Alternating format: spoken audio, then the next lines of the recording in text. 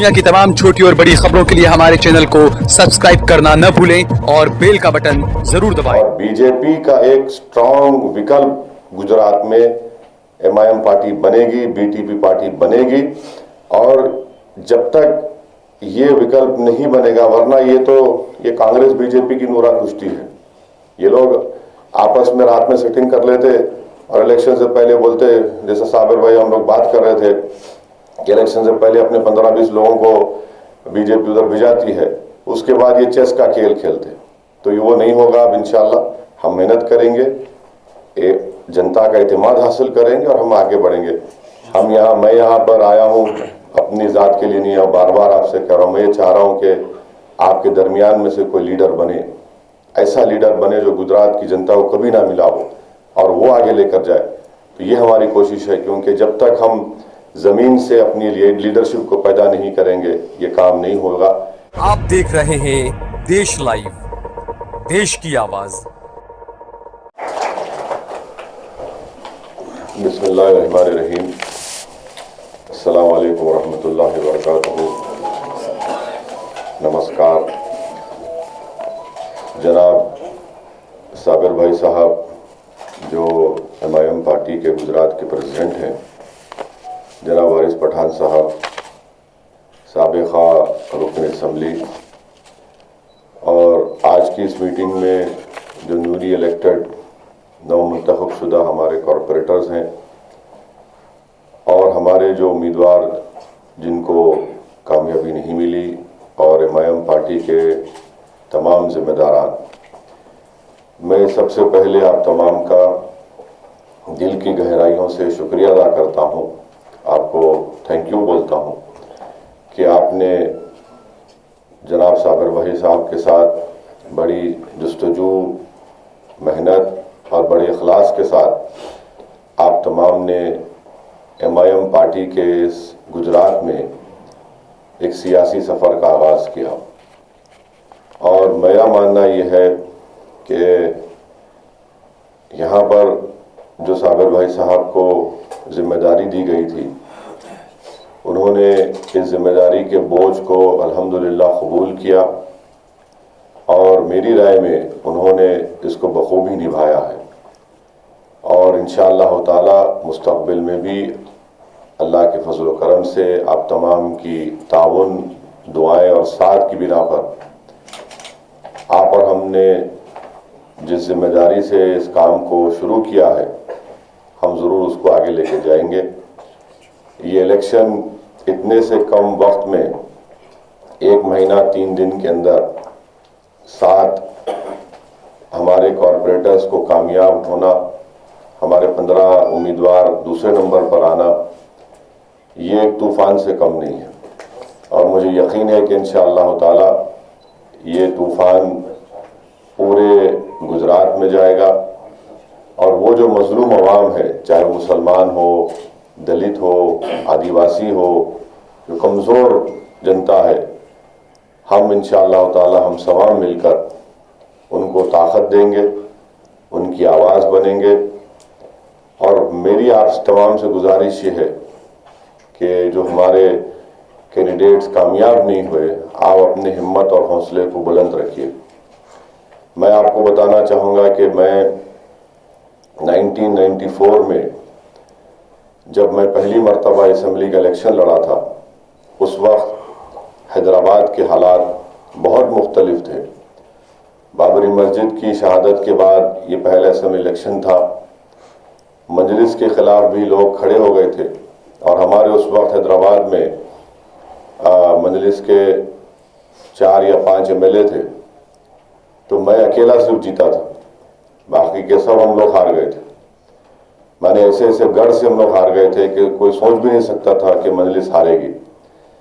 तो मेरी सियासी ज़िंदगी की शुरुआत शिकस्त से हुई। और मैं आपको ये इसलिए बता रहा हूँ क्योंकि जो लोग नहीं जीते, यकीनन फितरी चीज़ है, इंसान है, हमको तकलीफ होती है कि भाई हम नहीं जीते, हम इतना मेहनत किए, इतना टाइम दिए, इतना हमारा पैसा गया, सब गया। मगर मैं आपको बता रहा हूँ कि मैं अकेला था और अल्हम्दुलिल्लाह हमारे बुज़ुर्गों ने मेरी मेरे हौसलों को बुलंद रखा, मेरी सरपरस्ती की, और मुझे एक सीखने का एक जज्बा था, उस वक्त भी था और आज भी है। और ख़ास तौर से हमारे मरहूम वालिद ने हमेशा हमारी हिम्मत को बुलंद रखा। तो फिर हम मेहनत करते गए और फिर 2 साल के अंदर 96 में पार्लियामेंट के चुनाव हुए थे। तो आप सोचिए कि एक एमएलए के साथ उस वक्त के आंध्र प्रदेश में, आज भी तेलंगाना में 7 असेंबली कॉन्स्टिट्यूंसी के ऊपर एक एमपी सीट होती है, एक एमएलए की बुनियाद पर। और उस वक्त अभी राज्यसभा वाले जो अभी वाइस प्रेसिडेंट है इंडिया के, वेंकैया नायडू साहब बीजेपी कैंडिडेट थे, एक रेबल कैंडिडेट खड़ा हो गया, मगर उसके बावजूद भी 75,000 वोट से एमआईएम पार्टी का एमपी कामयाब हुआ। और सिर्फ 2 साल के अंदर फिर 96 में ये हुआ, फिर 98 में एक और पार्लियामेंट का चुनाव हुआ, फिर हम लोग जीते, फिर 99 में एक और हुआ, तो 99 में असेंबली पार्लियामेंट हुए, तो हम लोग अपने पूरे 4 सीटों को जीत गए। तो सियासी जिंदगी में साबिर भाई जानते हैं, और साबिर भाई खुद कई बार उनको तकलीफ उठाना पड़ा, जो उन्होंने साबिका पार्टी में थे उनको धोखा भी दिया। मगर याद रखिए, जो लोग अभी आज कामयाब नहीं हुए, मेरी आपसे गुजारिश है कि अपनी पार्टी से आपकी वाबस्तगी को जारी रखिए, इसको कोशिश करते रहिए, और देखते देखते ये 5 साल निकल जाएंगे। तो आप पार्टी से वाबस्ता रहिए, अपने वार्ड में भी जितना आप अपनी जनता से कांटेक्ट में रह सकते रहिए। जाहिर है इलेक्शन की तरह तो मेहनत आप नहीं कर सकेंगे आइंदा 5 साल तक, मगर लोगों के उनके सुख में, उनके दुख में जो बड़े हैं उनसे मुलाकात करते रहिए, ताकि 5 साल बाद जब दोबारा आप इलेक्शन लड़ेंगे तो किसी को मौका ना मिले कि भाई ये तो इलेक्शन लड़के भूल ही गए थे। तो कांटेक्ट में रहिए, और इंशाअल्लाह ताला मुझे यकीन है कि आने वाले दिनों में जो छोटा मोटा सियासी तजुर्बा मुझे है, जो अल्लाह ने दिया आपकी दुआओं की वजह से, मुझे ये बताता है कि इंशाअल्लाह यहाँ पर मजलिस पार्टी का साबिर भाई की क़यादत में एक रोशन मुस्तकबिल होगा। और मैं जो देख रहा हूँ, जो जज्बा है, जो तड़प है, चाहे नौजवान हो, हमारे बुजुर्ग हो, हमारी माँ और बहनें हो, एक उनको लगता है कि भाई एक हमारे पास एक जो चीज़ की हमारे पास कमी थी, जो हमारी दिल की आवाज़ को, जो हमारी पहचान को, जो हमारी तकलीफ को समझ सके, उनको लगता है कि अब एमआईएम पार्टी यहाँ पर आई है। तो इंशाअल्लाह ताला हम और आप मेहनत करेंगे, और मुझे यकीन है कि आप तमाम की ताउन की बिना पर, आप तमाम के साथ की बिना पर जो काम हम शुरू किए हैं उसको और आगे लेके जाएंगे। और मुझे यकीन है कि आने वाले जो भी चुनाव होंगे, चाहे वह असेंबली के चुनाव हो या कुछ भी हो, हम सब मिलकर मेहनत करेंगे। यकीनन साबिर भाई ने बड़ी बुर्दबारी के साथ और बड़े दिल का मुजाहरा करते हुए कहा कि हाँ, टिकट डिस्ट्रीब्यूशन में ऊपर नीचे होता है, ज़रूरी है, इंसान है। हम 1 महीने में जब शुरू किए काम, ना तो हमारा कोई ऑर्गेनाइजेशन, ना हमारा कोई मेंबरशिप का ड्राइव, ना हमारे जैसे सबसे मुलाकात करना, उतना भी टाइम नहीं मिला। तो जाहिर है ये कमज़ोरियां हैं, मैं खुद उसका इकरार कर रहा हूँ। और हम और साबिर भाई जब हैदराबाद में मिले थे तो हम इन तमाम बात पर बात किए थे, और जिनको टिकट नहीं मिला मैं उनसे कह रहा हूँ कि आप मायूस मत होइए, आप और आगे बढ़िए और अपनी वाबस्तगी से अपनी पार्टी को मजबूत करिए। और अभी हम संगठन को, ऑर्गेनाइजेशन को अच्छी तरीके से जिम्मेदारी के साथ वहाँ पर ऑर्गेनाइजेशन बनाएंगे, एक मेंबरशिप ड्राइव करेंगे, ताकि काम सबको जिम्मेदारी दी जा सके, और फिर इसको हम आगे लेके बढ़ें। और इंशाअल्लाह ताला मुझे यकीन है कि असेंबली के चुनाव में, विधानसभा के चुनाव में हमारा यहाँ से पार्टी के उम्मीदवार 1 नहीं 2 नहीं बल्कि उससे ज़्यादा हमारे एमएलए जीतकर गुजरात की विधानसभा में जाएंगे इंशाअल्लाह। और उसके लिए मेरी आप तमाम से गुजारिश है कि आप लोग मुत्तहिद रहिए, यूनाइटेड रहिए। और मैं साबिर साहब का शुक्रिया अदा करता हूँ कि बड़े बेलोस तरीके से बेनफ्स होकर उन्होंने बड़ी जद्दोजहद की, मेहनत की। मैं तो सिर्फ अल्लाह से दुआ कर सकता हूँ कि अल्लाह का शुक्र भी है कि अल्लाह ने हमको एक अच्छे मुखलिस हमदर्द शख्स से अल्लाह ने हमको मिलाया। और मुझे यकीन है कि आप तमाम लोग जिस चीज़ का आगाज़ किए हैं, आप और हम मिलकर इंशाअल्लाह आवाम की उम्मीदों पर उतरेंगे। मैं हमारे जीतने वाले कॉरपोरेटर्स से अपील करूंगा कि आपको मेहनत करना है और पहले जो कॉरपोरेटर्स जीत कर गए थे उस तरह की गलती मत करिए। जनता के, आवाम के दरमियान में रहिए, काम करिए और बेबाक तरीके से काम करिए। आपको ये फ़र्क दिखाना है कि MIM का कॉरपोरेटर कैसा होता है, ये फ़र्क आपको दिखाना पड़ेगा, वरना लोग, जनता बोलेंगे अरे भाई इनमें उनमें क्या है, तो वैसे ही है। तो हम वैसे नहीं हैं, इसीलिए तो हमको जनता ने हमको कामयाब किया ना। चाहे हमको कोई जज्बाती बोलो या पागल बोलो या कुछ बोलो, तो जनता ने अक्लमंदों का साथ छोड़ के दीवानों का साथ दिया है।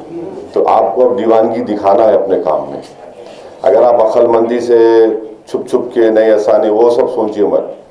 मैं ये चाहूँगा कि आपके काम और आपके आवाज़ की गूंज मुझे हैदराबाद में सुनाई देना।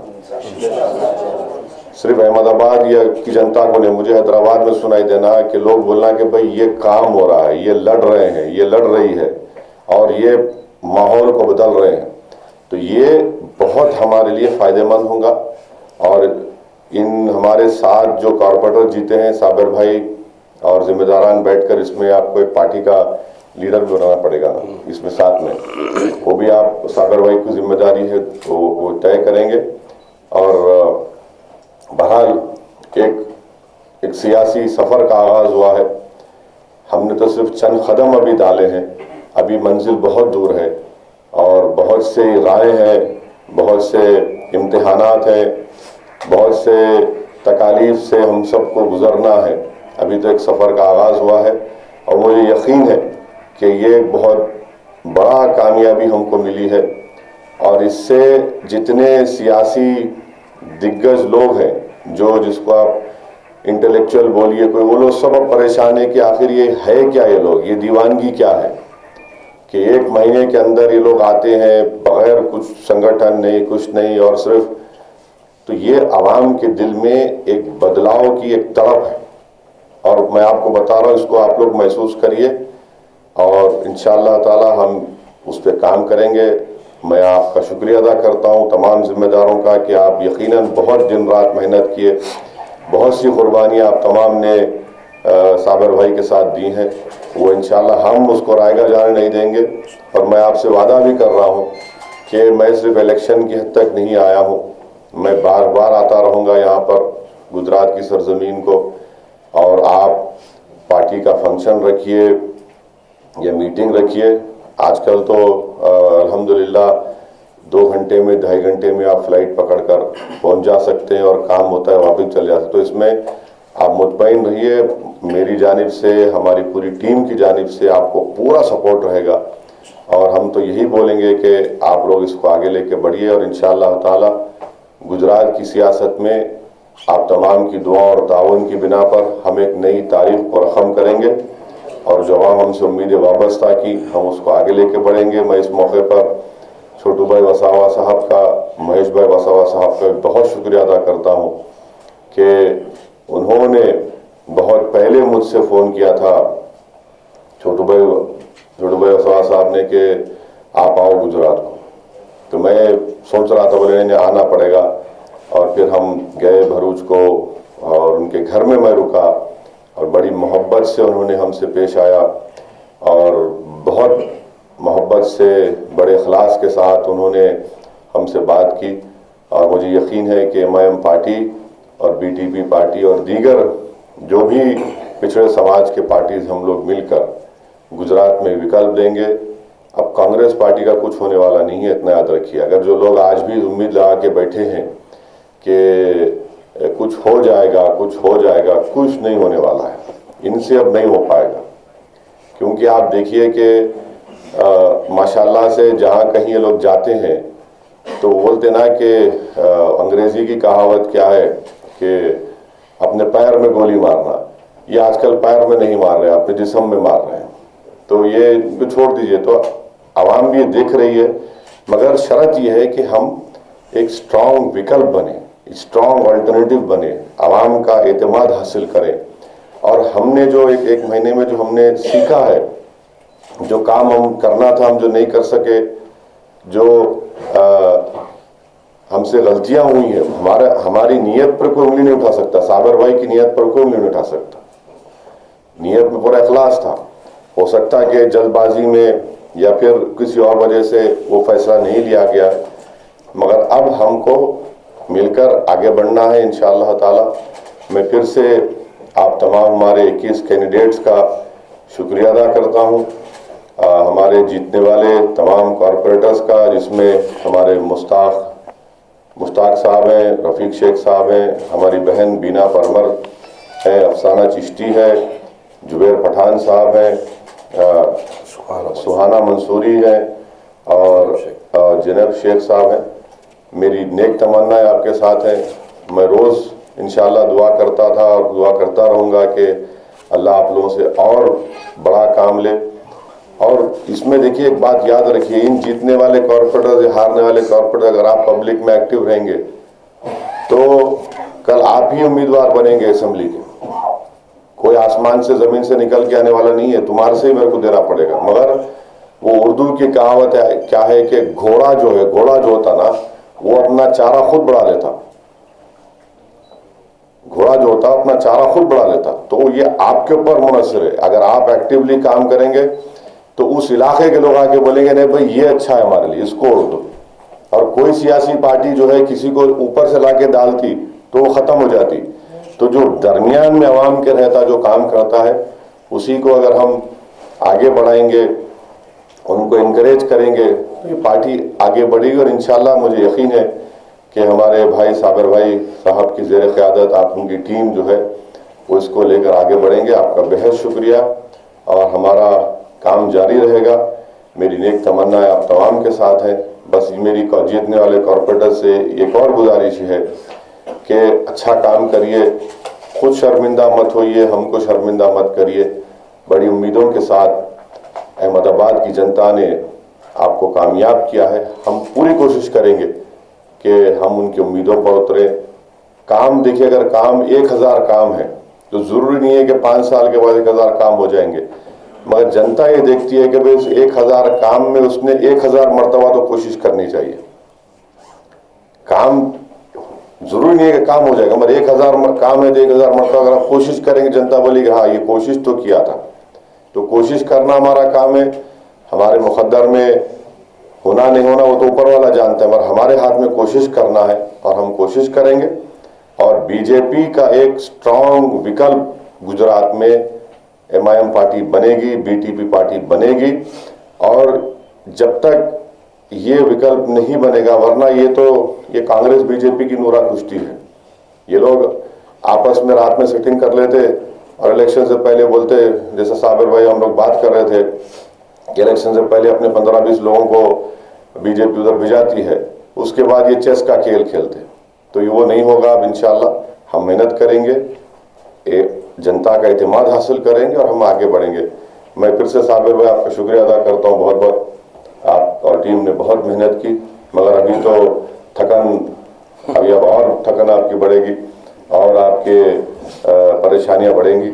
और इंशाअल्लाह ताला हमको उम्मीद है कि आप जो तकालीफ और मुश्किलात का जो सामना कर रहे हैं, यकीनन एक आपकी क़यादत में गुजरात में एक नई सियासी तारीख लिखी जाएंगी। मैं यहाँ पर आया हूँ अपनी ज़ात के लिए नहीं, और बार बार आपसे कह रहा हूँ, मैं ये चाह रहा हूँ कि आपके दरमियान में से कोई लीडर बने, ऐसा लीडर बने जो गुजरात की जनता को कभी ना मिला हो और वो आगे लेकर जाए। तो ये हमारी कोशिश है, क्योंकि जब तक हम ज़मीन से अपनी लीडरशिप को पैदा नहीं करेंगे ये काम नहीं होगा।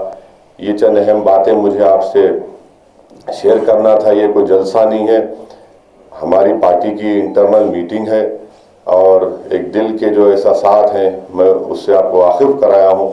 मगर साथ ही साथ यही बता रहा हूँ कि मुल्क के मुख्तलिफ कोनों से, साबिर भाई आपको भी फ़ोन आ रहे होंगे जी, मुझे आ रहे हैं कि लोग इतना खुश है, इतना, यानी आप यकीन नहीं करेंगे कि एक राजस्थान का एक छोटा सा गांव याद नहीं आ रहा कि वहां से लोग फोन करके बोले कि सर यहाँ पर भी आ जाओ आप। तो एक बड़ी उम्मीद यहाँ से पैदा हुई है, लोग बड़े खुश हैं। अल्लाह हमको ऐसी खुशियाँ और दे और अल्लाह आपको कामयाब करे। अल्हम्दुलिल्लाह।